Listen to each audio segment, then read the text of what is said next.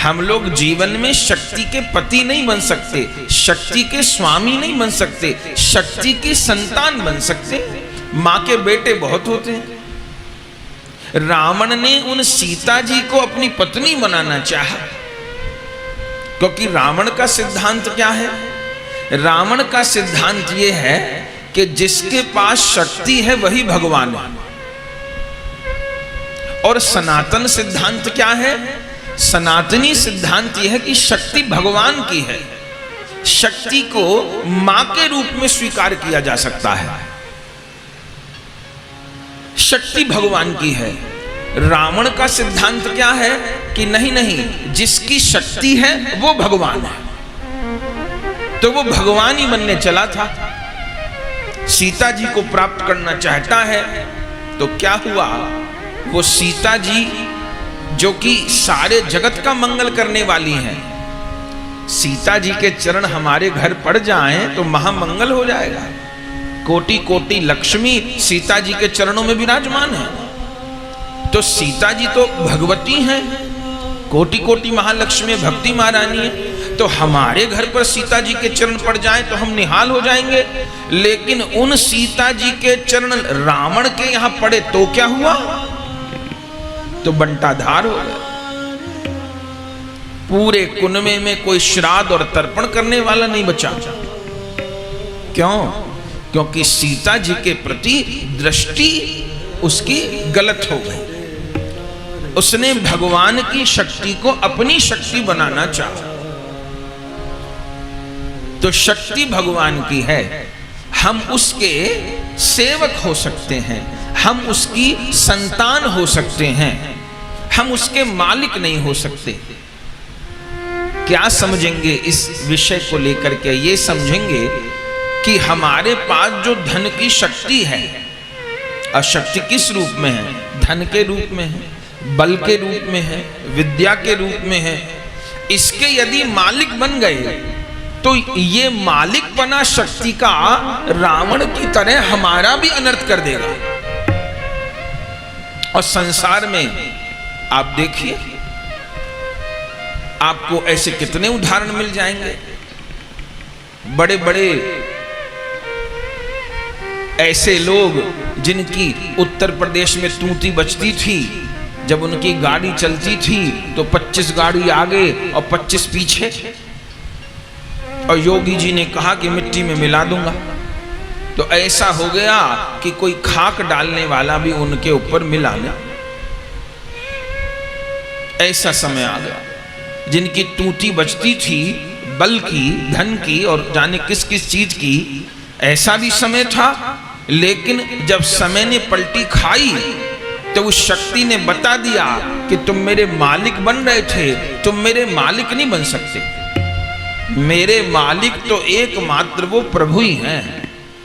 इस जगत में जो जो शक्ति का मालिक बना उसका अनर्थ हुआ। कहीं दृष्टि घुमाइएगा। हमारे यहां सिद्धांत है कि शक्ति भगवान की है। वैज्ञानिक का क्या मानना है? वैज्ञानिकों का यह मानना है जिसने शक्ति खोजी है शक्ति उसकी है। उस देश ने परमाणु बम खोज लिया, उस देश ने फला मिसाइल खोज ली। अच्छा, ये मिसाइल, ये परमाणु बम हमारे शास्त्रों में भी थे। कहाँ थे? अरे रामायण, महाभारत, भागवत जी को देखिए आप, तो ब्रह्मास्त्र का वर्णन, नारायण अस्त्र का वर्णन, पाशुपास्त्र का वर्णन आपको खूब मिलेगा। ब्रह्मास्त्र माने ब्रह्मा जी की शक्ति। लेकिन वो ब्रह्मास्त्र अगर चलाए जाएं तो वो कैसे चलते थे? माने जिसके ऊपर ब्रह्मास्त्र चलाया गया है, केवल उसी व्यक्ति का ब्रह्मास्त्र बुरा करेगा, उसके बगल में भी कोई बैठा है तो उसको नुकसान नहीं पहुंचाएगा। अगर पाशुपास्त्र किसी पर चलाया गया है तो उसके बगल में अगर कोई बैठा है तो उसको नुकसान नहीं पहुंचाएगा, बस जिस पे चलाया गया है उसको। ठीक। अब आज की दुनिया ने जो ब्रह्मास्त्र खोजे हैं उनका कहें, एक आदमी पर परमाणु बम फेंकेंगे तो वही मरेगा क्या? अरे पूरे के पूरे देश खत्म हो जाएंगे। आज विश्व में इतने परमाणु बम इकट्ठे हो गए हैं कि यदि उन परमाणु बम का प्रयोग हो जाए, वो फट जाए, तो एक बार नहीं, ये पूरी धरती 1000 बार नष्ट हो सकती है। ये पूरे विश्व में जो 700 करोड़ लोग हैं वो 700 बार मर जाएंगे, इतने परमाणु बम पैदा हो गए हैं।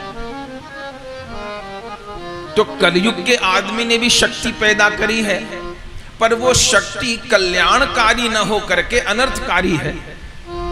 अब पाकिस्तान के पास परमाणु बम है तो सबको डर लगता है, वो आतंकवादियों का देश है, जाने कब आतंकवादियों के हाथ परमाणु बम लग जाए, और वो मूर्ख लोग जाने क्या कर बैठे।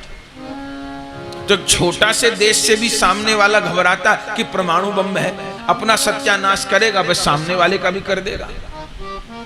तो आज के व्यक्ति ने जो शक्ति खोजी और स्वयं को शक्ति का मालिक माना, तो उसका परिणाम कितना घातक हो गया